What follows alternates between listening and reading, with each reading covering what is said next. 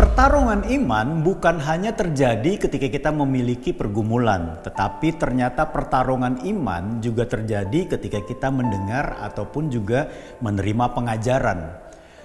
Orang percaya, suka atau tidak suka, mau atau tidak mau, harus memiliki pengakuan iman yang jelas, sehingga tidak gampang diombang-ambingkan dengan berbagai macam pengajaran.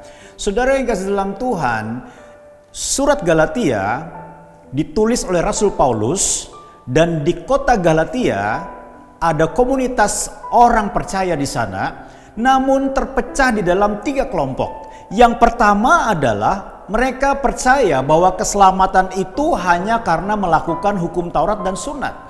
Kemudian yang kedua adalah mereka percaya keselamatan itu akan diterima ketika melakukan hukum Taurat dan Sunat walaupun sudah percaya Yesus sebagai Mesias. Kemudian yang ketiga adalah mereka yang sungguh-sungguh percaya bahwa keselamatan hanya karena kasih karunia di dalam Yesus Kristus. Nah, saudara yang kasih dalam Tuhan, dalam Galatia 2 ayat 16 dikatakan begini, kamu tahu bahwa tidak seorang pun yang dibenarkan oleh karena melakukan hukum Taurat, tetapi hanya oleh karena iman dalam Kristus Yesus. Sebab itu kami pun telah percaya kepada Kristus Yesus supaya kami dibenarkan oleh karena iman dalam Kristus dan bukan oleh karena melakukan hukum Taurat. Sebab tidak ada seorang pun yang dibenarkan oleh karena melakukan hukum Taurat. Saudara, jika kita percaya dibenarkan karena iman kepada Yesus Kristus, pastilah yang pertama kita punya ketegasan dalam pengakuan iman. Karena apa? Ini sangat penting. Artinya apa? Pengakuan iman kita akan keselamatan di dalam Yesus Kristus yang telah mengaruniakannya bagi kita, bukan atas usaha kita sendiri. Keselamatan yang Dia berikan itu adalah murni inisiatif Allah dan kasih karunia di dalam Kristus yang sampai dalam kehidupan kita.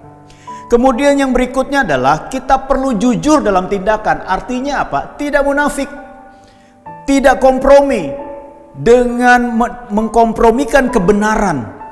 Artinya kita tetap melakukan upaya kita untuk diselamatkan, tapi kita juga tetap percaya bahwa Yesus menyelamatkan kita.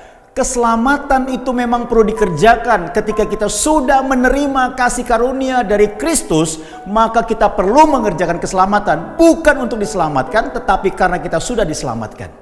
Dan yang ketiga adalah teguh dalam pendirian. Karena apa? Selama kita berpegang teguh kepada firman Tuhan, selalu akan ada godaan untuk mengacaukan pendirian iman kita.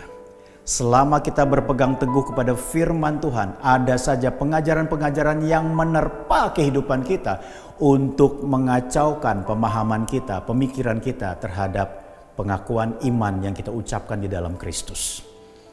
Biarlah kita terus memiliki pengakuan iman yang tegas dan tidak berubah, karena kita tahu keselamatan hanya oleh kasih karunia di dalam Kristus. Tuhan Yesus memberkati.